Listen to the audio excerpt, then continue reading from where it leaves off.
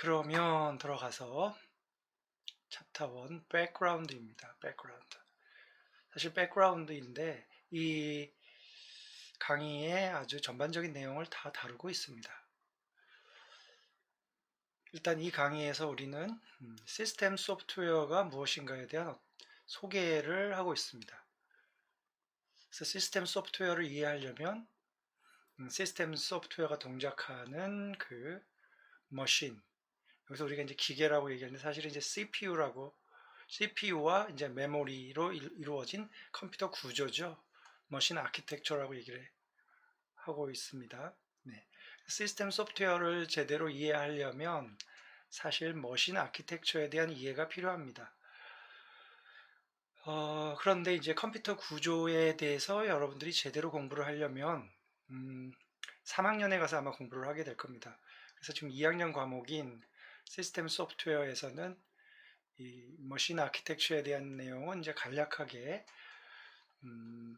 윤곽만 잡고 시스템 소프트웨어를 이해할 정도의 간략한 윤곽만 잡고 가도록 하겠습니다. 그래서 우리가 이제 이 강의에서 다루게 될 컴퓨터는 SIC라고 하는 컴퓨터입니다. 물론 뒤에 SIC X이라고 하는 컴퓨터도 다릅니다. 이 컴퓨터는 Simplified Instructional Computer의 약자입니다. 그리고 실제로 제품으로 만들어져서 사용되는 CPU는 아닙니다. 즉 소프트웨어를 시뮬레이션을 해서 이 컴퓨터를 공부하기 위해서 만들어 놓은 가상의 컴퓨터 기계입니다. 그렇지만 뭐 일반 상업용으로 사용하는 그런 CPU 머신 아키텍처와 크게 다르지 않게 그 머신 아키텍처도 있고 관련 어셈블리 랭귀지도 존재합니다. 그래서 우리는 아키텍처 어셈블리 랭귀지에 대해서 공부를 하고요. 그리고 이제 시스템 소프트웨어가 어떤 식으로 머신과 컨택하면서 인터랙션 하면서 동작을 하는지에 대한 얘기를 공부를 할 예정입니다. 그리고 리얼 머신, 실제 머신인데요. 실제 대표적으로 우리가 사용하는 머신이 이제 최근에 이제 모바일 쪽으로는 스마트폰, 이제 PC 쪽으로는 이제 인텔 X86, 지금 이제 한 64비트가 대세를 이루고 있죠. 예전에 X86 16비트부터 시작해서 뭐 32비트, 지금 64비트에 와 있습니다. 그런데 이제 그런 머신들, 즉 CPU 기반의 그런 머신들을 우리는 CISC와 RISC라고 하는 이름으로 구별을 하고 있습니다. 이 CISC는 Complex Instruction Set Computer, RISC는 Reduced Instruction Set Computer, 뭐 이런 약자로 되어 있고요. 우리가 사용하는 컴퓨터 PC의 인텔 CPU가 CISC 계열입니다. 그리고 여러분들이 사용하는 스마트폰에 있는 이제 모바일 어플리케이션 프로세서 AP 안에 들어있는 ARM CPU가 리스크 구조를 따르고 있습니다. 뭐 자세한 내용은 뒤에 가서 다시 언급을 하기로 하고요. 실제로 이제 리얼 머신의 예로서 우리는 두 가지 경우를 이제 살펴볼 예정입니다. 뭐 간단하게 어떤 차이가 있고 어떤 특징을 가지는지를 살펴보고 실습도 진행을 할 겁니다. 즉 인텔 어셈블리에 대한 실습도 약간 하고요. 리스크 그 ARM 어셈블리에 대한 실습도 약간 할 겁니다. 그럼 그때 가서 다시 얘기를 하도록 하겠습니다.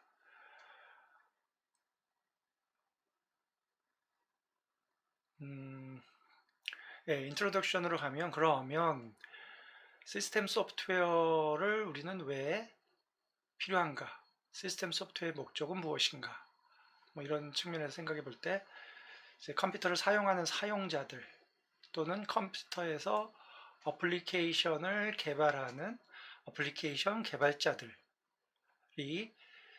컴퓨터라고 하는 리얼 머신, 여기서 이제 머신이라고 된 게 이제 그 컴퓨터가 실제로 어떻게 동작하는지를 제대로 이해하지 않고도 하드웨어를 건드려서 어떤 식으로 동작하는지를 제대로 이해하지 않고도 컴퓨터를 이용해서 필요한 일들을 하고 소프트웨어를 개발을 편리하게 하고 이런 일들을 하기 위해서는 시스템 소프트웨어라고 하는 게 필요합니다. 그러면 시스템 소프트웨어는 무엇이 있는가? 대표적으로 이제 운영체제입니다. 여러분들이 매일 사용하고 있죠. 그래서 운영체제가 없다고 생각할 때 여러분들어 컴퓨터를 주고 써봐라 그러면 거의 쓰기가 힘들 겁니다. 운영체제와 비슷한 프로그램을 여러분이 만들어야 되겠죠. 그러니 쓰기 힘듭니다. 그래서 운영체제에는 사용자가 컴퓨터를 쉽고 편리하게 사용할 수 있게 해주고 소프트웨어 개발자가 운영체제 커널의 도움을 받아서 컴퓨터 하드웨어를 직접적으로 건드리지 않고 하드웨어 자원을 편리하게 쓸 수 있습니다. 일종의 추상 머신을 제공합니다. 사용자가 바라보는 건 실제 기계가 아니라 운영체제를 통해서 기계를 바라봅니다. 그래서 사용자가 보는 건 실제 기계가 아니라 운영체제가 커버해 놓은 추상 기계를 보게 되는 겁니다. 그럼으로써 우리는 더 컴퓨터를 단순화시키고 편리하게 사용할 수가 있는 거죠. 그 외에 시스템 소프트웨어로 이제 대표적인 게 이제 컴파일러가 이제 여러분이 생각할 때 C 컴파일러를 먼저 떠올릴 텐데요. 컴파일러라는 건 이제 C 소스로 프로그래밍을 해서 이제 C 소스 코드를 컴퓨터가 실행하는 코드로 바꿔야 되죠. 그때 프로그램하는 도구로서 텍스트 에디터 같은 게 사용될 수 있습니다. 그리고 이제 우리가 곧 공부를 하게 될 기계어라고 우리가 얘기하는 그 기계어를 니모닉이라고 하는 심볼로 바꿔놓은 언어, 어셈블러라고 하는 어셈블리 랭귀지, 그걸 이제 어셈블리 언어를 바이너리로 바꿔주는 시스템 소프트웨어가 어셈블러입니다. 컴파일러와 이렇게 같은 위치인 거죠.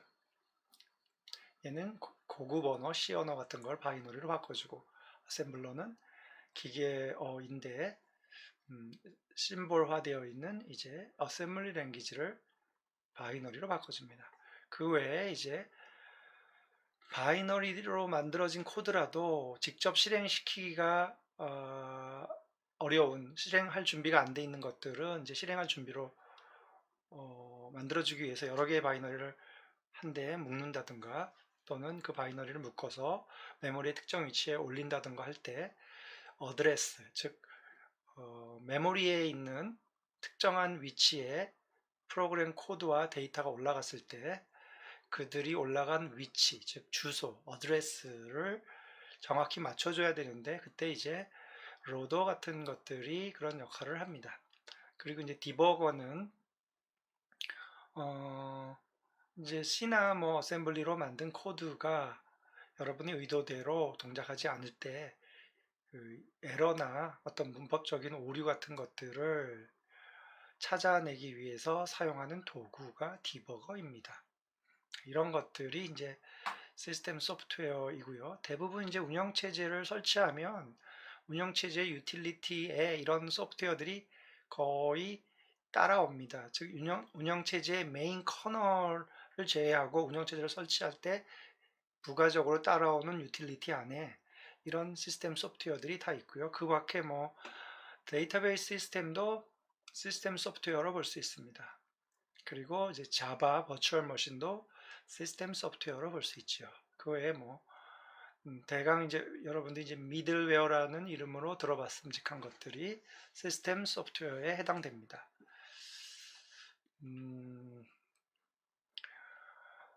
예, 그러면 이제 이 강의에서 우리는 무엇을 이해해야 하는가라고 했을 때,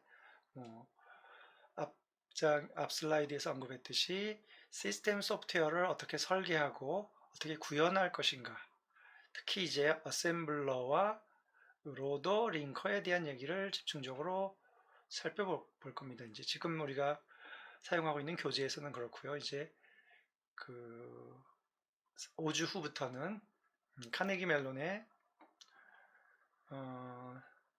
그 교재를 가지고 이제 리눅스 x86 64비트에서 돌아가는 리눅스 운영체제에서의 C 컴파일러와 이제 리눅스의 커널을 가지고 여러 가지 운영체제에 대한 이제 이해, 공부를 할 예정입니다. 그러면 이제 시스템 소프트웨어와 구조를 얘기를 할 때요. 이제 특히 이제 여러분들이 이제 운영체제를 써봤을 때, 뭐 하드디스크에 뭐 파일을 저장해 놨다가 우리가 불러들여서 실행을 시키고 할 때, 나는 하드디스크의 구조가 어떻게 생겼는지 모르는데 도대체 어떻게 하드디스크에 가서 데이터를 읽어온 것일까? 이런 생각은 한 번쯤 해봤을 텐데요. 그때 이제 하드디스크 컨트롤러라고 하는 특별한 또 마이크로 칩이 있습니다. 그 칩이 시그널을 발생시켜서 모터를 구동시키고 그 모터에 의해서 하드디스크에 이제 자기 헤더가 이렇게 움직이면서 특정한 위치를 찾아가서 데이터를 읽고 쓰고 하는 거죠. 이때 이 모터를 구동시키는 하드디스크 컨트롤러는 작은 CPU라고 축소된 CPU라고 볼 수가 있고요. 그 컨트롤러에는 이제 명령을 실행하는 부분과 그 다음에 일시적으로 데이터를 저장하는 부분, 즉 레지스터와 컨트롤 시그널을 발생시키는 그런 회로들이 있습니다. 그러면 운영체제는 그 컨트롤러를 구동을 시키기 위해서 소프트웨어를 사용을 해야 됩니다. 운영체제는 그 컨트롤러 위에 이렇게 딱 맞물려서 운영체제에서 사용하는 디바이스 드라이버라고 하는 소프트웨어가 즉 하드디스크 컨트롤러를 구동시키는 디바이스 드라이버가 그 하드디스크 컨트롤러를 컨트롤해서 실제 기계가 동작하도록 만드는 거고요.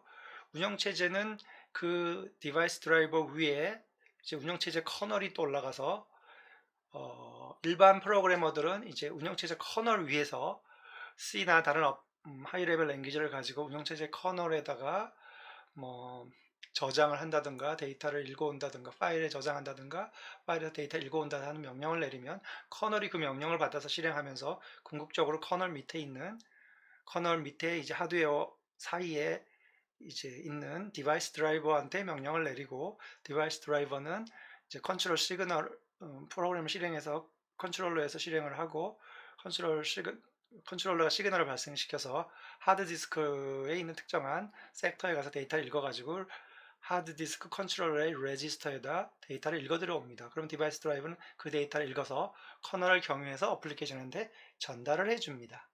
이런 구조로 되어 있을 때 그 디바이스 드라이버는 머신의 디펜던트, 기계에 의존적인 부분이 되고요. 그 다음에 기계에 인디펜던트한 부분은 이제 컴파일러 같은 걸 이용을 해서 C 언어를 바이너리로 바꿨는데 그 바이너리가 좀 더 빨리 실행되고 또는 공간을 적게 차지하기 위해서 코드를 옵티마이제이션, 최적화시키는 뭐 그런 소프트웨어가 필요할 수 있죠. 그런 소프트웨어는 사실은 특정한 기계에 맞물려 있어 동작한다기보다는 순수한 이제 데이터 코드를 가지고 동작을 하는 거기 때문에 그런 부분은 시스템 소프트웨어에서 가지고 있는 기능이라도 머신의 독립적인 기능입니다. 뭐 앞에서 언급한 이제 링킹 하는 것도 그렇죠. 여러 개의 바이너리들을 한 대에 묶어 가지고 하나의 실행 파일을 만들 때 그것을 어떤 식으로 묶어서 어떤 식으로 만들지 이제 링킹 해주는 프로그램도 실제 기계와 직접적으로 맞물려 있지는 않다라는 거죠. 그래서 이런 시스템 소프트웨어에 크게 이제 기계에 의존적이고 종속적인 부분이 있고 시스템 소프트웨어의 기능이지만 기계와 종속적이지 않다. 즉 이런 기능은 CPU가 이제 이런 기능은 특정한 CPU에 따라서 고정돼서 다른 CPU에 가서는 그 코드를 다 바꿔줘야 되는데 이런 기능들은 CPU가 바뀌더라도 시스템 소프트웨어가 다른 CPU에 가서 동작을 할 때 이런 부분들은 안 바뀌고 그냥 쓸 수도 있다는 얘기죠. 네, 일단 그렇게 이해를 하면 되겠고요. 일단은 이제 머신 아키텍처를 얘기할 때 우리가 제일 먼저 떠올릴 게 이제 명령어입니다. 그걸 이제 머신 코드라고 얘기를 하고요. 우리가 쉽게 얘기하면 이제 컴퓨터에 명령을 내린다라고 하는데 실제로 이 명령어를 머신 코드를 이해한 CPU는 사실 이해했다기보다는 이 머신 코드를 실행시키는 CPU는 그 밑단에서 이제 이 코드에 따른 전기적인 시그널을 발생을 시키고요. 그 시그널이 이제 관련 회로들을 건드려서 뭐 CPU에서 메모리로 데이터를 보낸다든가 또는 메모리에서 CPU로 데이터를 가져온다든가 또는 CPU 내에서 어떤 연산을 한다든가 등등 여러 가지 일을 하게 됩니다. 그러다 보니 명령어의 포맷이라고 하는 게 필요한데요. 이 명령어 포맷 안에는 이제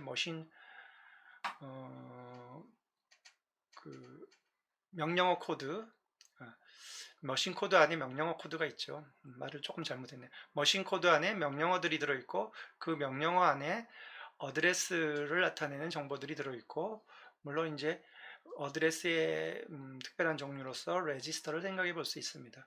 그럼 이런 식으로 레지스터나 메모리의 특정 위치를 가리키는 어드레스나 이런 것들을 조합하고 그 다음에 명령어 그 바이너리로 되어 있는 이제 명령어를 같이 모아놓은 어떤 포맷이 있습니다. 일종의 이걸 기계어라고 한다면 이제 기계어 문법이라고 생각할 수도 있죠.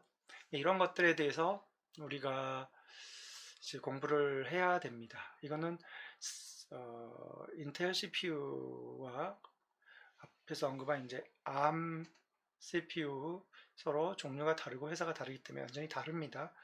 또 같은 인텔 CPU라도 과거에 이제 16비트냐 32비트, 64비트냐에 따라서 명령어의 종류도 다르고 인스트럭션 포맷도 조금씩 달라지고 어드레싱 모드도 조금씩 달라집니다.